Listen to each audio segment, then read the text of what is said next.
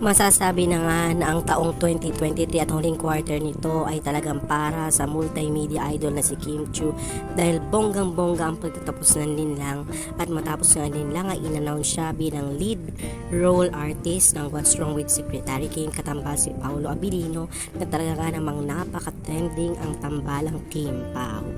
At happy-happy nga ang mga It's Showtime host lalo na si Vice Ganda sa na-achieve na milestone ni Kim Chiu.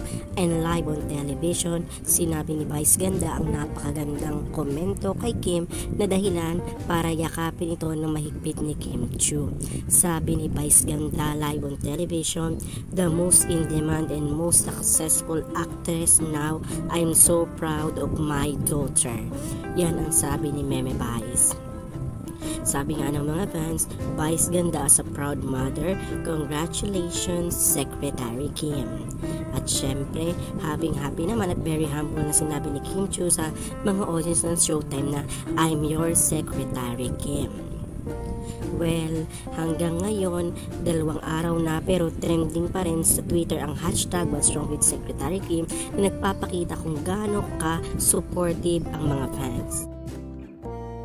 Kim Chiu, the most in demand and the most successful actress now. Yes!